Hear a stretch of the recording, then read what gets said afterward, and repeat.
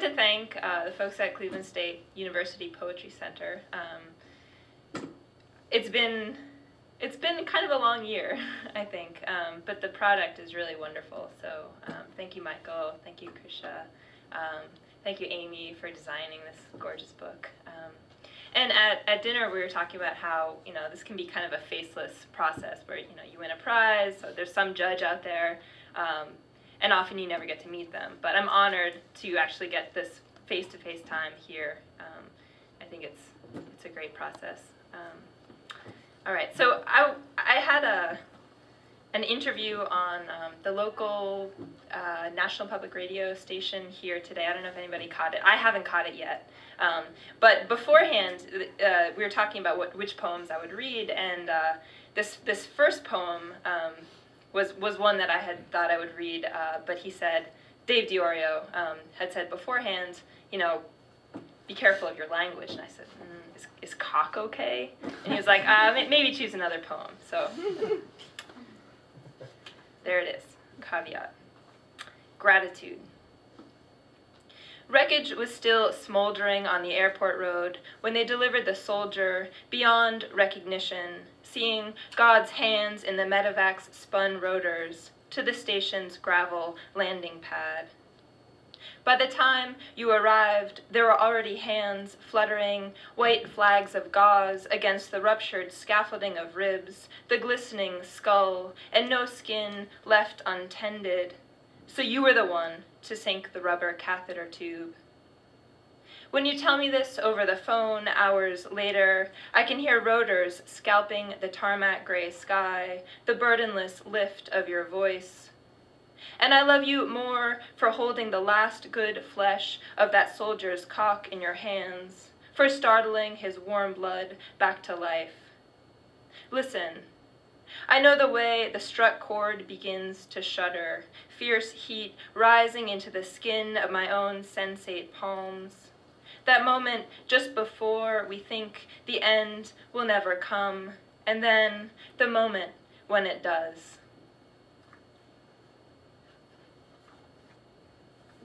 The beginning.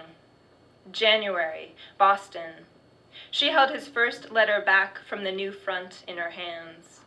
Outside, light and snow clung to the train windows like the paper edges of a hive crushed in. Later, she would remember otherwise, not the long rows of parking spots tunneled from snowbanks and marked with plastic lawn chairs like tombstones for the unprepared, or the pigeons on Calm Ave mistaking salt for crumbs. Not the neon swarm of flakes or the first few notes of grief waiting to unfold. Only that she looked up from the page. Only now am I afraid to die, to feel the desperate clamor of a train jerking roughshod through its gears, the car's slow rocking in its tracks like the heart's smallest engine just beginning to seize.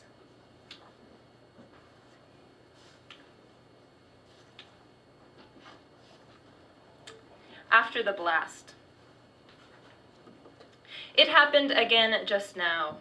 One word snagging like fabric on a barbed fence. Concertina wire. You said, I didn't see the body hung on concertina wire. This was after the blast.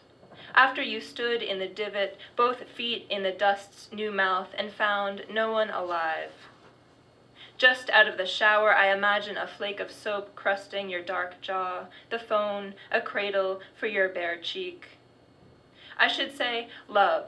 I should say, go on. But I'm stuck on concertina. The accordion's deep inner coils, bellows, lungful of air contracting like a body caught in the agony of climax, graceless, before the ballooning rush of air or sound. That battering release.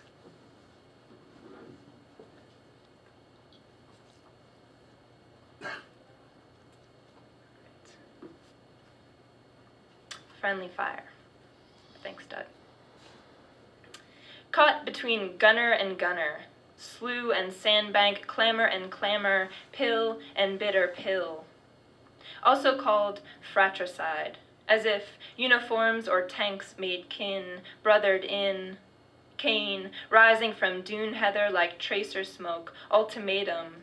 Abel, tripping through the seam-rent dawn into the eye of the scope. Above the thornbelt skied shrapnel, God's own eyes waiting to see what would be done. As if the flames were meant alone to warm. Cook fire, hearth, hot rocks for bread. The lit faces of ecstatics, a joyful flickering. Slender-tongued tracer arc, sweet talker, long-time lover throwing wide her arms to shield you.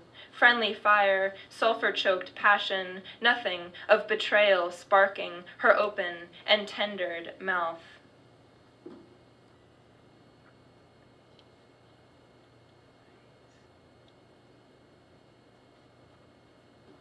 going to give you a little white space in here as I flip. Clamor. Staking fencing along the border of the spring garden, I want suddenly to say something about this word that means sound and soundlessness at once. The deafening metal of my hammer strikes wood, a tuning fork tuning my ears to a register I'm too deaf to understand. Across the yard, each petal dithers from the far pair, one white cheek at a time, like one blade of snow, into the next, until the yard looks like the sound of a television screen tuned last night to late night static. White as a page or a field where I often go to find the promise of evidence of you or your unit's safe return. But instead of footprints in the frosted static, there's only late-turned early news and the newest image of a war that can't be finished or won. And because last night I turned away from the television's promise of you, I'm still away. I've staked myself deep to the unwrung ground, hammer humming in my hand, the screen's aborted stop time still turning over in my head. A white twist of rag pinned in the bloody center of a civilian's chest, a sign we know just enough to know it means surrender, there, in the place a falling petal's heart would be.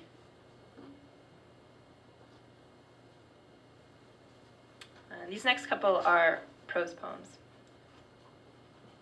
Deployment ends.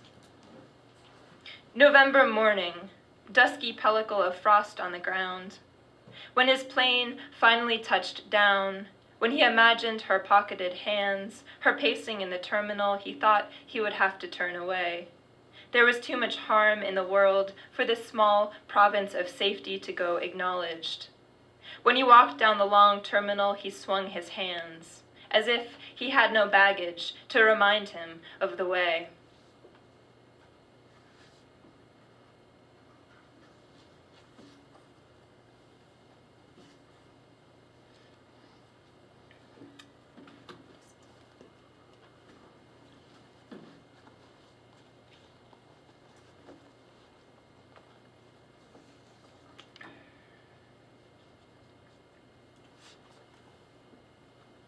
Bridge.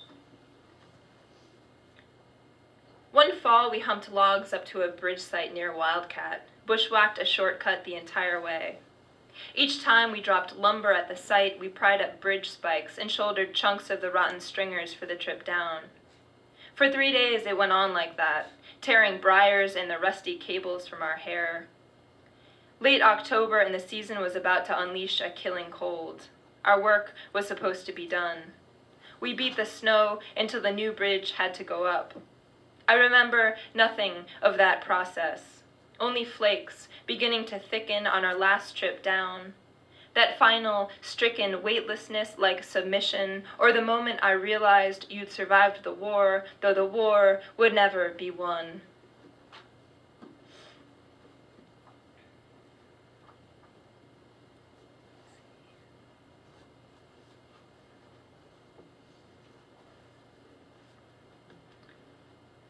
So I'm coming from Austin, which is all live oak and mesquite tree. I don't know how many of you are familiar with mesquite, but it's a thorny, sturdy, drought-resistant tree, mesquite. All I want above my grave is a mesquite tree, Frank Dobie said. So all morning on your stoop outside the base's barbed perimeter fence, I've been reading Mesquite as testament to readiness and thirst. Leaves chittering above hardpan and roots displacing everything that came before. What memorial, sweet starch of survival in the bark, needles rethreading the shaggy limbs. And now, asleep on the couch in your desert camo, boot tips splayed like dead cactus flowers, your body's a spiny thorn and there are shovel-blunt consequences for your return. Alkaline veins in the earth, raptors stealing sun or the metal husks of shells, and no chance for a quick or catastrophic death. Sleep, my love, my hopeless returned. Leaf out into another body. The body, no waking moment, will allow you to become. How are we on time? Good, okay. So this poem takes its epigraph from the final lines of the Inferno, which are, "Through a round aperture I saw appear some of the beautiful things that heaven bears, where we came forth and once more saw the stars." Your plane arrives from Iraq for the last time. Texas overcast. The road toward post, needle-pricked in brake lights, start and stop of the heart's 4 chambers involuntarily bound. And once more the sky's feathered jet stream.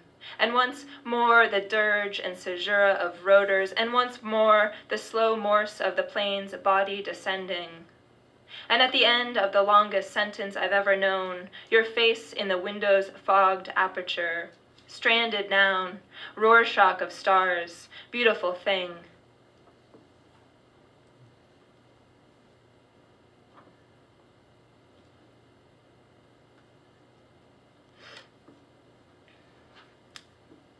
North Coast. All evening, the best of the season's sun's been faking resurrection, wandering an astral boast above our sunburnt heads while we probe the shore supply of tide-worn stones for surface travel on a glacier's bay.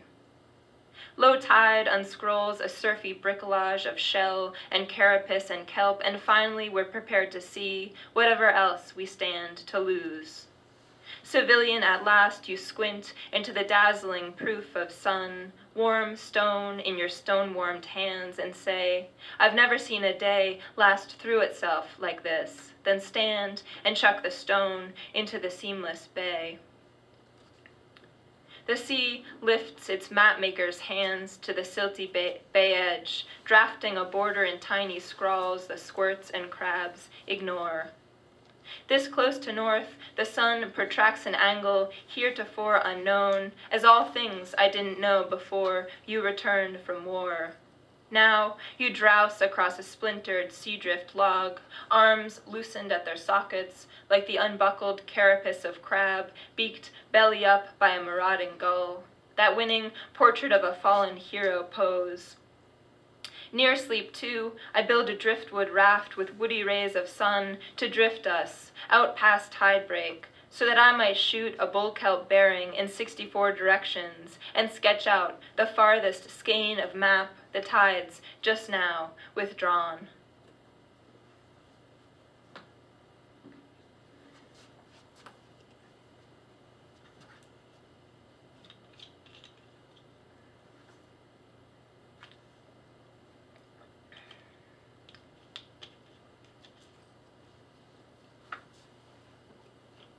The dreams.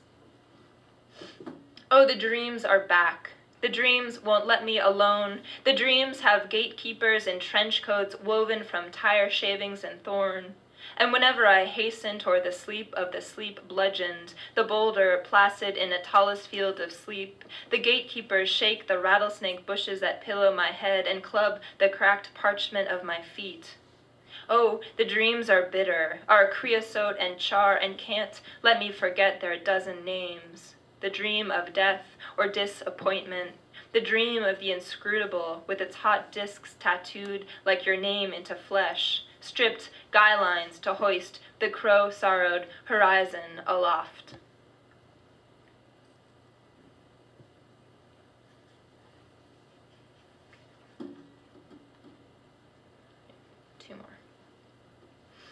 Veterans Day.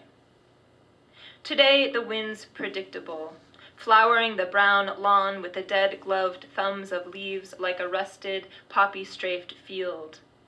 Live oak, I remember hearing for the first time long before Texas, without knowing taxonomy or that living basketry of limbs, and thinking in what desolate place is this title not redundant. Live oak, Quercus virginiana. And now I see it's a name befitting itself, and I want to rename everything this morning. Live, low cumulus, live rain-sheen street, live sun, bone-sawing through a gap in the leaves. And earlier, live flesh of your flesh, when I slipped my hand beneath your shirt and felt the impatient work of your working heart from beneath an unreefed cenotaph, your ribs. Infidelity. When you were in Iraq, I dreamed you dead, dormant, shanked stone in a winter well, verbless object sunk half deep through the navel of each waking sentence. I dreamed myself shipwreck, rent timbers on a tidal bed, woke to morning's cold mast of breath, canted wide as a searchlight for the drowned. Dreamed my crumbling teeth bloomed, shrapneled bone-light, bricks mortared into a broken kingdom of sleep where I found you, dream-sift, rubbled, nowhere. Forgive me, love, this last infidelity. I never dreamed you whole. Thanks.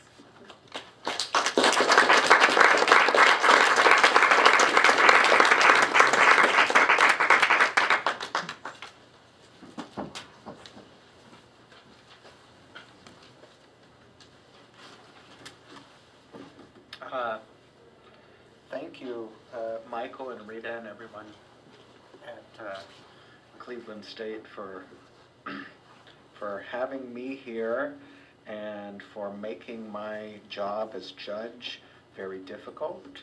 And thank you, Elyse, for making my job very gratifying. And I'm really pleased to read with her on the occasion of the publication of this book. It's fantastic. Thank you.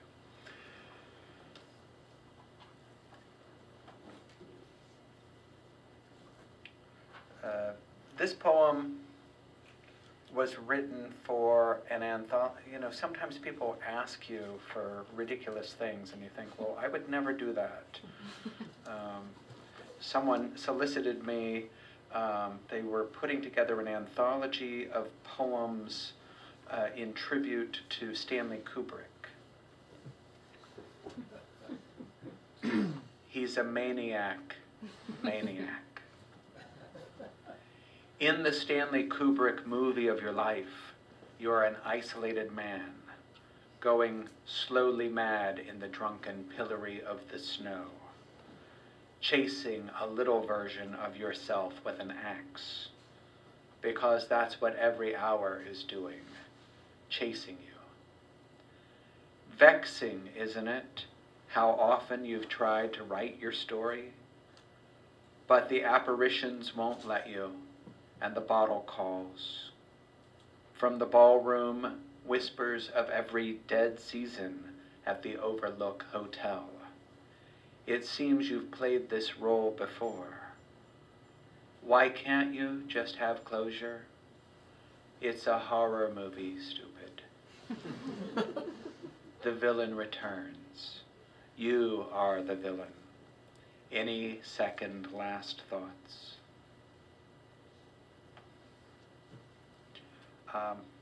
I went to high school in the Central Valley of California, which makes Ohio look positively exotic. It's just the flattest, rudest place on the planet. And my high school was located rather oddly between a trailer park and a cemetery, which had a built-in crematorium, which was a great place to hide if you were smoking a joint. Because, you know, the smoke sort of created a smoke screen. Crematorium at Sierra View Cemetery next to the high school. Impoverished graveyard. Mangy green triangle where two freeways form a crotch. 20 yards from the gym and the ag shop, see, it's Morty's mom's funeral today. There's Morty in a tie, his dad's head rocking, the pendulum of a clock tisk-tisks. Holes just the size of flower beds claim sleek boxes. Marry me, you ruined seed. All semester they open and gnash their yellowy teeth. There goes Mike, we say, his hearse lumbering through the iron gate. Remember, he used to drive so fast. And then that smokestack poking its head above the surrounding grass, so that others, ever mindful of space perhaps, could singe and shrivel on oven racks, blazing into eggshell-colored ash collected in old penny jars and in paper sacks. There goes Dusty, pointing at the belching puffs that tumbled over the valley. Between PE and molecular biology, the smoke you would sneak, half tobacco, half human, white alloy of the usual carcinogens and Damon Pettibone's granny. Or a bit of Mike, that chest that, before it caved against the steering wheel, felt strong and sinewy.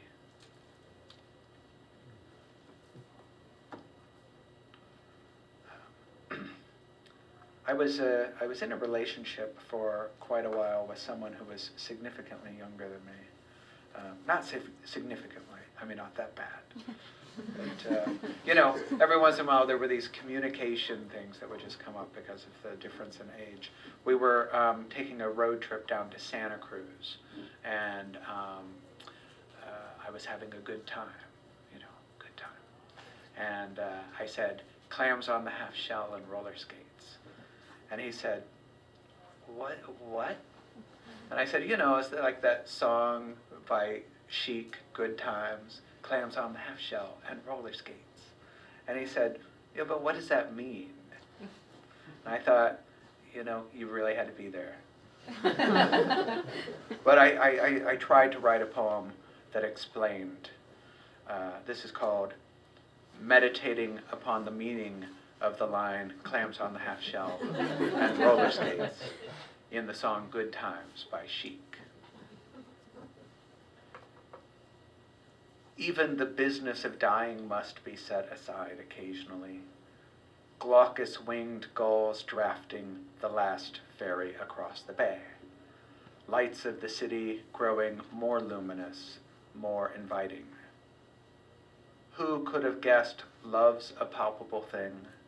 A dark splotch of kelp in the shoals, or a mountain lion that prowls the edge of UC's cypress woods. Desires a young student, ivory mandible slack and slavering, at the amber hour snarls its empty bowels. Touch, that sensation I'd almost lost, or how to curl into another body, hermit crab style. The grouchy old man in my mirror said, Bear terror said, who's sharing your towels? Go away, you bitter cuss. It's still 1980 somewhere, some corner of your dark apartment, where the mystery of the lyric hasn't faded, and love is in the chorus, waiting to be born.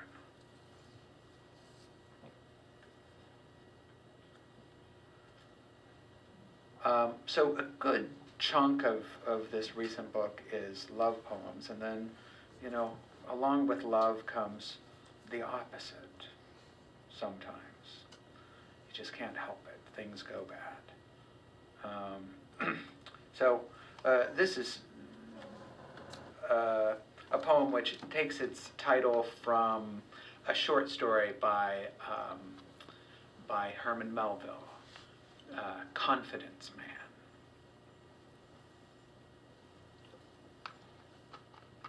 Midway charmer indiscriminately flexed his smile, a mask of liquor, the rowdy cowpoke, though his spangles came from a vintage shop, and rough times meant beach house, and beach house meant trust fund, and trust meant, let us say, shameless, to be kind.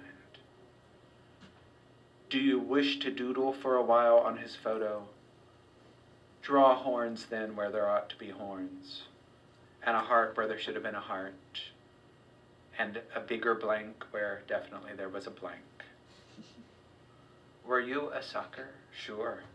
Planchette of the Ouija board, unsubtle pads of his hands steered your head into spaces marked yes, and one time made you spell out, "My name is Samuel Rizzo," or something like that. Frankly, wasn't it all a little garbled? That Western-style belt got in the way. Its buckle, like an inconvenient tombstone, scraped at your nose.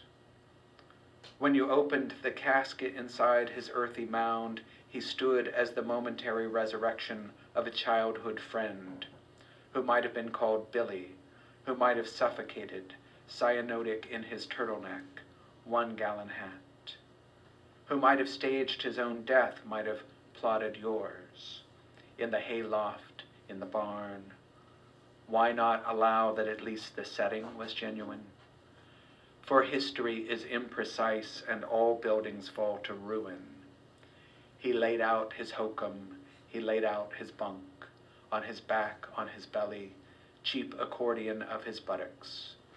Faux pearl buttons chipping as they hit the floor, the stink of his rucksack ruined by rain, the stink of his unwashed scrotum, the dry slit of his knob, the driblets, the abdicated parts, the thing he slid into you, the pinky, the prod, the extension of him, the boodle, the wad, the carnival ride with the broken gear. You know how it is when you're sick, disoriented, too many corn dogs, funnel cakes, sideshows, come-ons. Step right up its frontier land, it's the wild, wild west. 3-card Monty, one-eyed Jack. Throw down your dollar, my lucky friend. Follow, my boy, my lucky, lucky boy.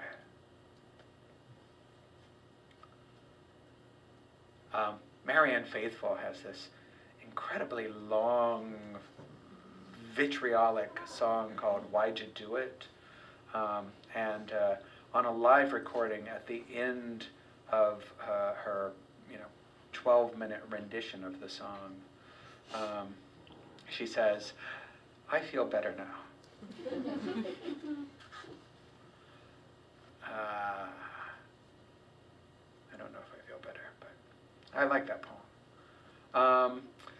One of the difficulties in putting this collection together was trying to reconcile poems that had such different tonalities to them. And I ended up finding, through just thinking through the problem, sort of the perfect objective correlative, which was a courthouse in Waxahachie, Texas, which documents perfectly in stone the relationship that the stonecutter had with someone in town, because he was using her as a model. And as their relationship got uglier,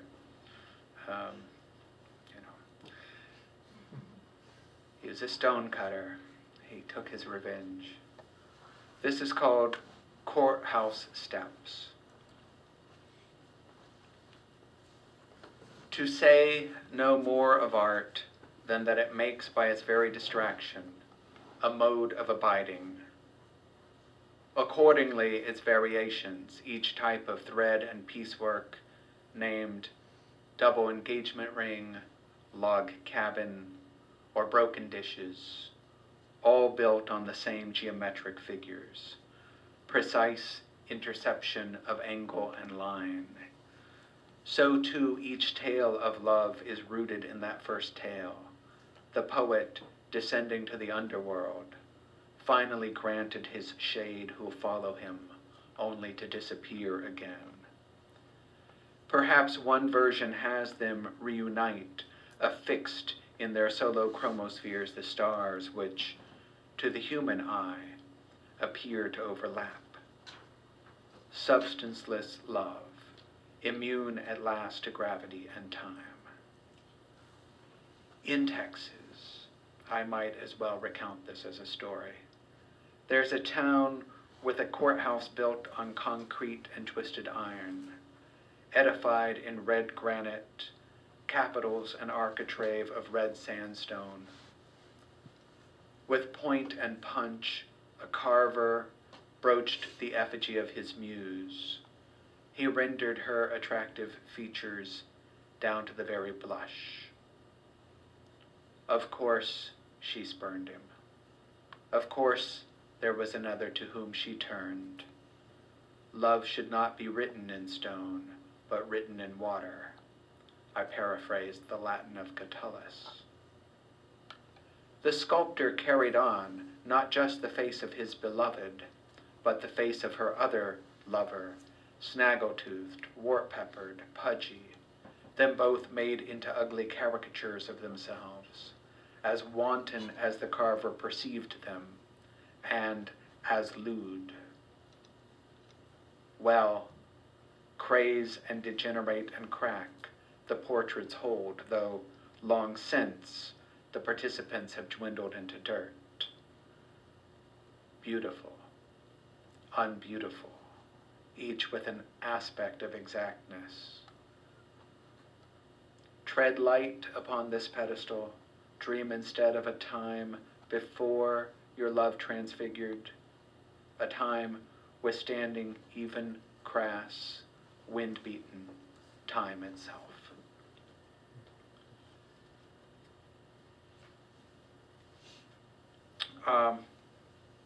Very often, critics refer to my work as confessional or even post-confessional.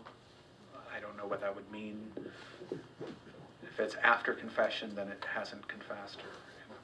But I decided that I would set out to actually write a confessional poem which confessed nothing.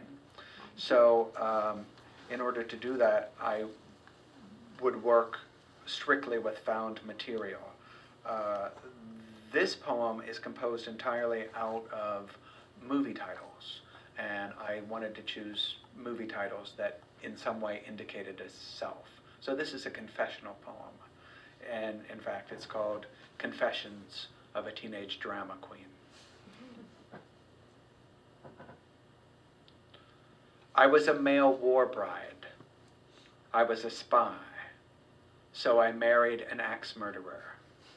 I married Joan. I married a monster from outer space. I am guilty. I am the cheese. I am a fugitive from a chain gang. Maybe I'll come home in the spring. I'll cry tomorrow. Whose life is it anyway? It's a wonderful life. I want to live. I want someone to eat cheese with. Who am I this time? I am Cuba. I am a sex addict. Why was I born? Why must I die? I could go on singing. I'll sleep when I'm dead. I know who killed me. I was 19. I was a teenage werewolf. Just kill me. Kiss me, kill me. Kill me later. Kill me again. Give me a sailor. If I had my way, I'd rather be rich. I wouldn't be in your shoes. I wish I had wings. I wish I were in Dixie. I passed for white. I was framed. I was a burlesque queen. I was a teenage zombie. I was an adventuress. I was a convict. I was a criminal. I did it. I killed that man. Murder is my beat. I confess.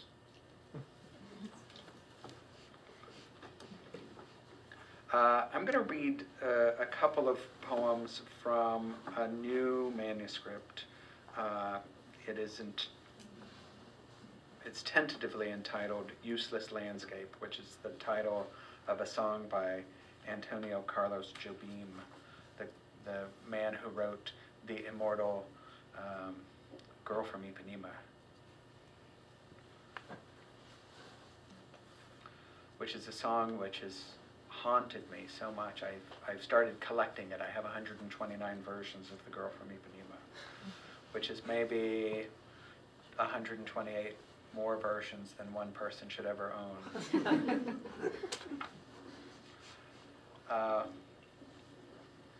This poem is written from the point of view of someone who works in the adult film industry. Sometimes I have to footnote this poem, but you look like a smart audience. So, and those of you who don't know what a fluffer is, you can share amongst yourselves later. But basically, this is the person who's responsible for the looks of things.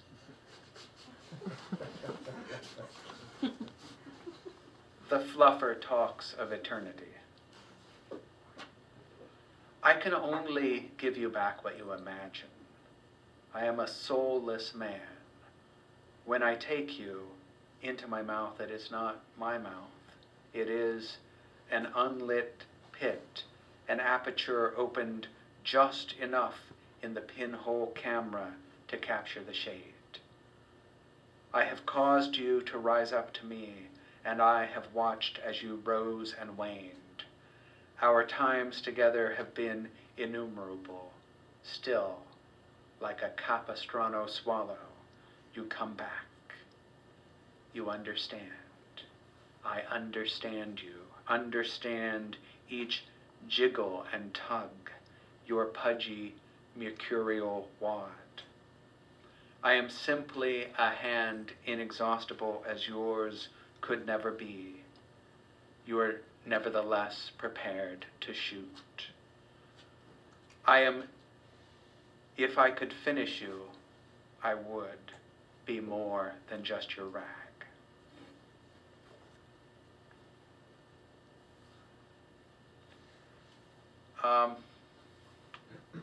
A good chunk of the work that I'm doing now is informed somehow by landscape.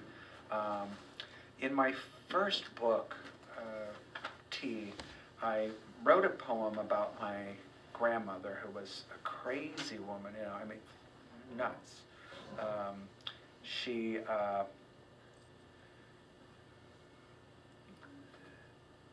She gave money to just the most outrageous organizations, thinking, of course, that she was saving the world.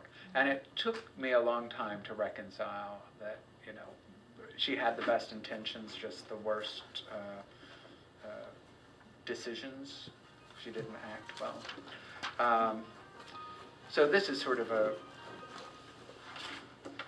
second attempt at elegy for her. It's called Almonds in Bloom.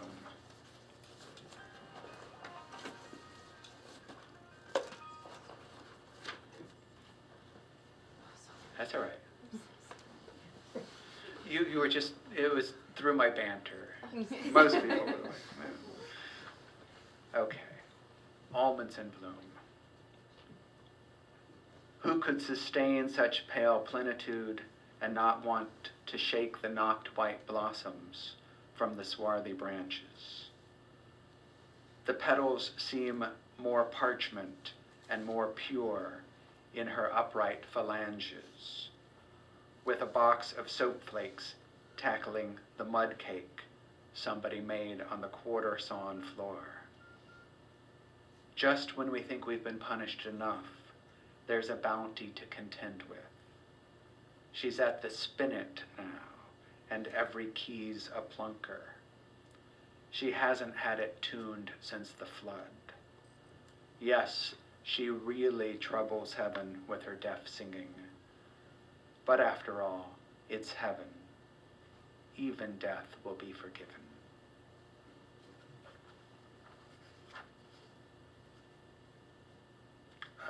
This poem takes its title from a song by Steppenwolf.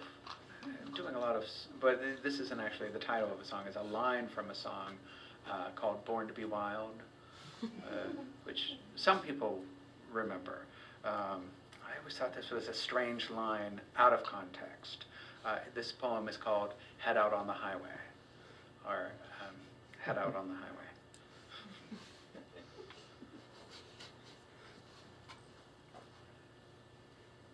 The search for a likely place to pull over gets more difficult each day, as cloverleaf and cloverleaf give way to fast food exits and unlikely outlets. We get better at doing something, so we do it every day.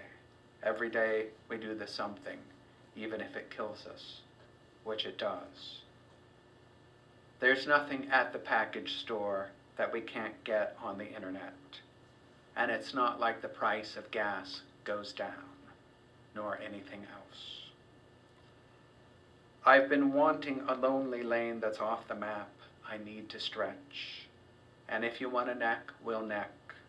As long as I can get out, take a leak. Frog bodies spread like throw rugs across the blacktop. So enticing, were we small enough to cuddle there. But everybody's small in a Pontiac. Or rather, no one ever is too big.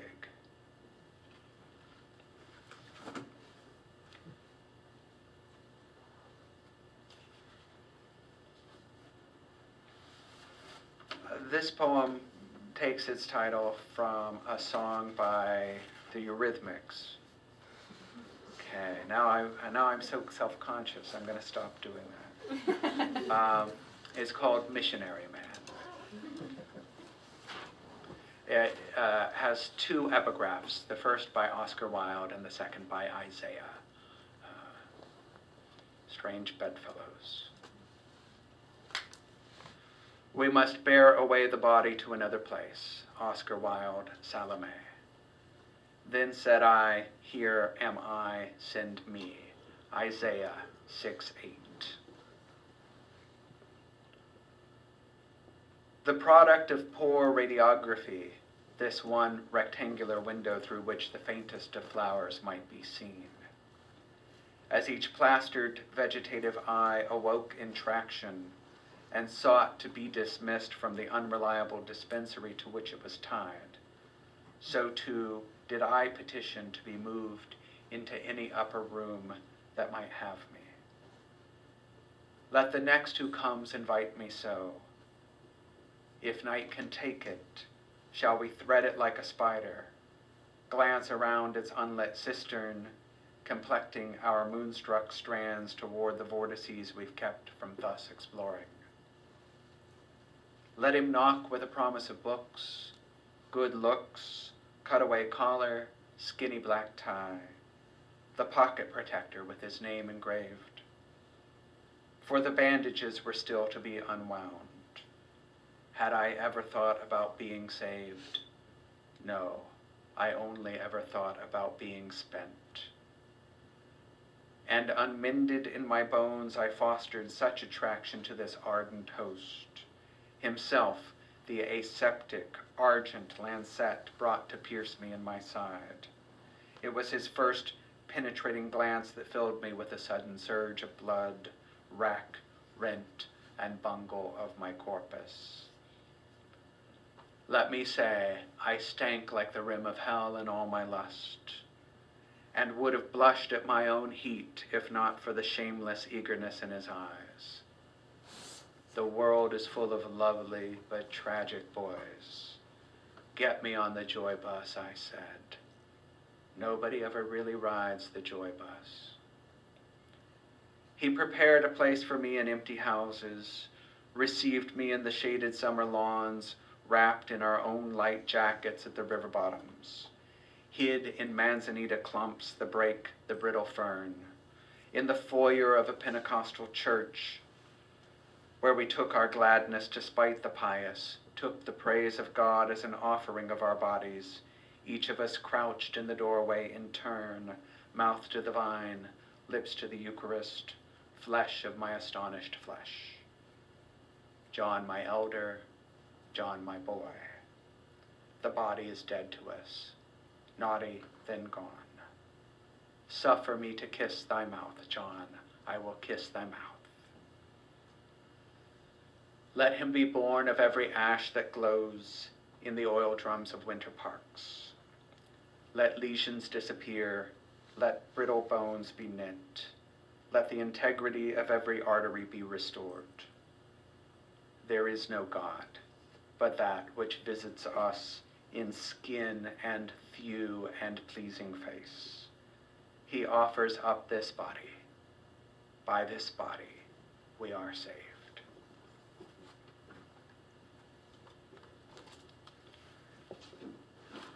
I'm going to end with a poem which doesn't have a song title. It's from my third book, Cocktails, and it is sort of a cover version of a song that I always admired, and many of you probably do too. The song is Santa Baby by the lovely feline Eartha Kitt. This is not, it only really ties in that, you know, it's about Santa and desire, which I guess is, you know, half of the tradition of Christmas carols. When you touch down upon this earth, little reindeers hoofing murderously at the gray slate roof I lie beneath. Dearest Father Xmas, will you bring me another 17 years? You gave me my first tin star and my first tin wreath. Warm socks, tangerines, and a sloppy midnight kiss. I left you Toll House cookies. You left me bloody briefs, lipodystrophy, neurasthenia, neutropenia, mild psychosis, increased liver enzymes, increased bilirubin, and a sweater. Don't get me wrong, I like the sweater, though it itches. But what's the use of being pretty if I won't get better? Bouncing me against your red woolies, you whisper, "Dear boy." Unzip your enormous sack. Pull me quick into winter. Thank you.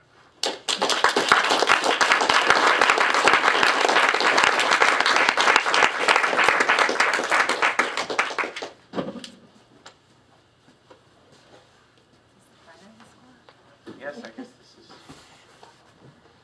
If there are questions for either reader, this is the time to ask them. This is the A part, and the Q part, yes. What is, can you speak of your decision, Doug, about not using capitalization and using fragments, and just these styles that are, I think are so intelligently chosen in a lot of the poems? Oh, thank you. And actually capitalizing your eyes. Yeah, I do capitalize the I. Well, you know, when I started writing in this style, I was writing in Iowa, and it really did feel for a long time like I was the only thing that stood above the landscape, and I really wanted to reflect that sense of barrenness, and fragmentation was a part of it, that sense that, you know, what I was trying to do was to reorganize bits of memory and experience and culture and things that I felt had been sundered. In a different way than, you know, I wasn't doing Eliot's, these flat fragments I have shored against my ruins. I felt like I was simply trying to make a kind of mosaic, you know, take something which appeared broken and try and make a beautiful thing out of it again. So after a while, it became a formal technique that informed what I could and maybe couldn't write about. Although every time I think, oh, I can't write about that, then I try and do it.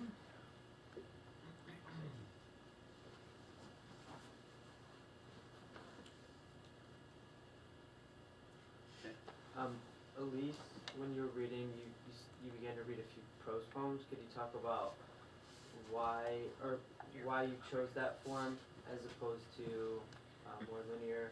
And has to do with maybe content or? Yeah, and I chose a lot of different forms in that book. There's, I mean, if you sort of flip through, there's a lot that kind of explode across the page. There's that middle section, which are prose poems, and there's some tighter poems. And yeah, I mean, I think, you know, they come from content. I think that originally it was a series of prose poems called the Killeen Journals. And so there was, you know, I approached it in, you know, kind of a faux diaristic way, and it allowed me to kind of to access some of the material that I felt I needed some distance for, and so the pronouns shift in those poems. And we actually, you know, in the editorial process, there's some discussion like, do we need to make all of these uniform? There's the she and the I and the he. But what those were doing was giving me enough distance to kind of articulate these stories in a little bit more of a narrative way, and that chunk form became, I mean, it was appealing to me because it felt like it was kind of a way of beating back that white space. Some of the poems, you know, work with it more, and this was sort of, you know, felt almost, maybe not aggressive, but to create something that was really material.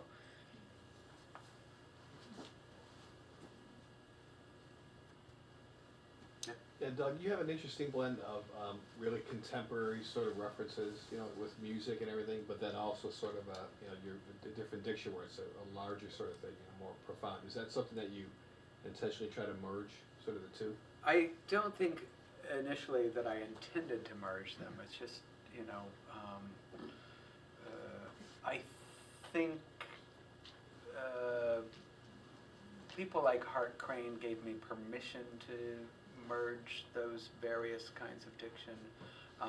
I used to think, oh, you know, a poem has to be a very limited kind of space, and then I realized that you can get a lot more resonance by having.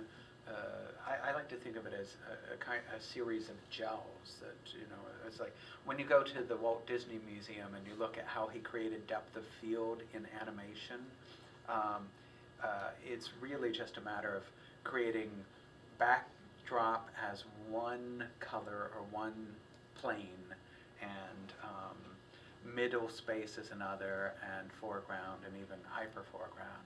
And so I try to think of language that same way, as having different time periods that it addresses, different social constructs that all somehow manage to be in conversation with one another.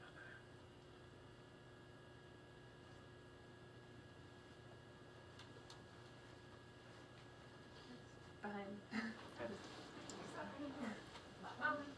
Elyse, I think you've begun to answer this, but my question is that a lot of contemporary poetry is written at a distance from the lived emotion, and whether it's an imagined space or something that's coming at the thing very slant. And you said that you use some of your prose poems to gain a little distance, but still there's a lot of emotionally charged material. So I wonder if you could talk about your choice to go there, and also how you both use that material to make art with it. Yeah. Well, I guess I didn't plan to go there. I think that it took me. So I was in an MFA program while my husband was in Iraq. Sort of a blessed and cursed time. And I held a lot of that stuff at arm's reach. And I'd never really written particularly autobiographical stuff, or stuff even remotely where I was going to use that I. But it did, you say, how did you choose to do that? And in some ways I was bombarded by it. But it was definitely a process of about a year of trying to access in some way. And I think that the framework that I was using was thinking about the language of, I read you the poem After the Blast, sort of a meditation on concertina wire, and there's another poem, Word from the Front, that's a meditation on corkscrew landing and friendly fire, and these are terms that come from kind of newscaster banter, and it was.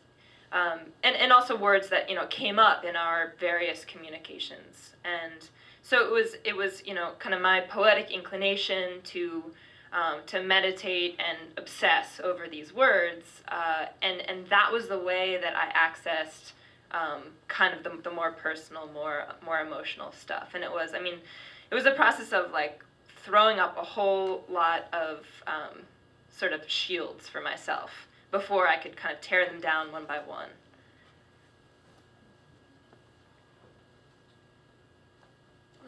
Was there more to that? Would you like to speak to it? What exactly was the question? In terms of About, subject matter, or? Yeah, incorporating lived emotion and how you work with that.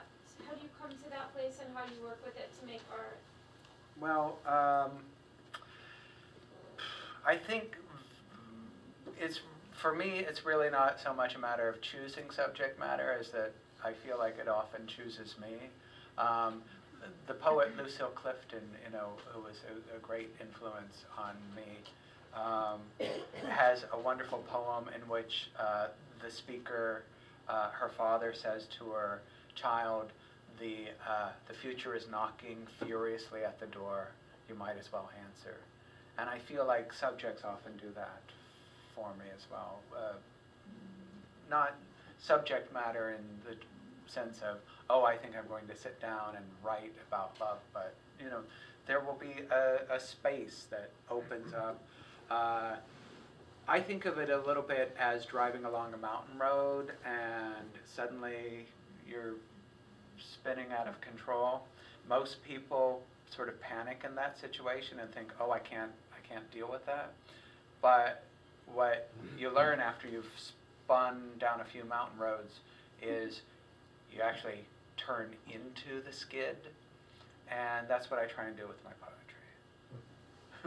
Yeah, I think that's a great analogy, and like I found that there's stuff that I would bring to workshop and stuff that I just didn't want anything to do with workshop, and inevitably the stuff I didn't I wanted to kind of keep separate was the stuff that a lot of which ended up in the book, and I knew that I was sort of striking a chord when just thinking about reading that stuff in front of an audience literally physically made me sweat, and I think that's when you access that, you finally or at least I got past those all these different sort of defense mechanisms I'd thrown out.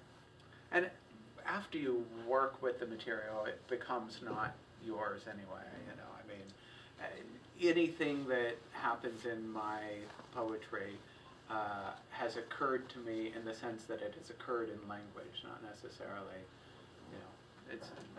it's truth told slant. It's maybe more slant than anything.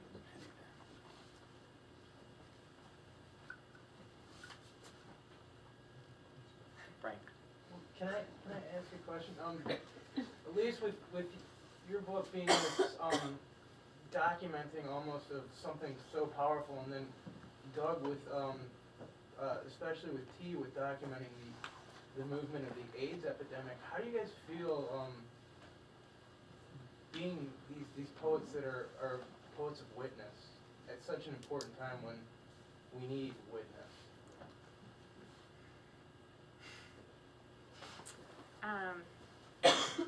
How do I feel about is that sort of the question? How do I feel about being seen that way or doing that? I mean, yeah, yeah. I mean, I think I guess I'm honored in a way to fulfill that role. I don't know, it's not necessarily what I set out to do.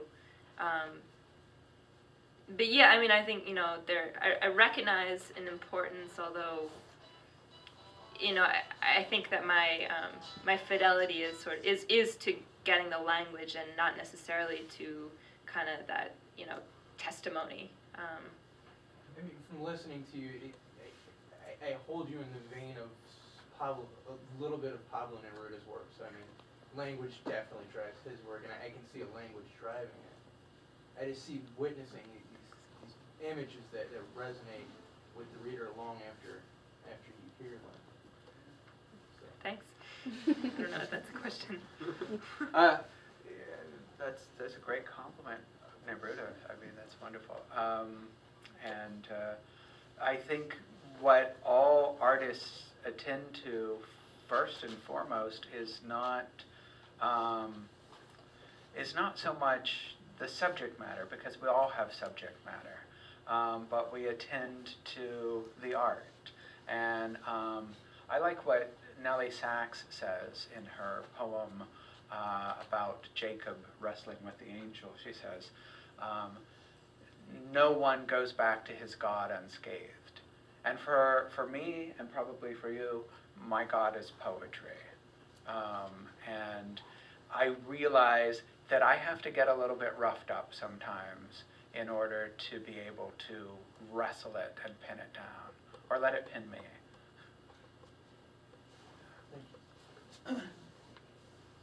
Thank you very much. All right.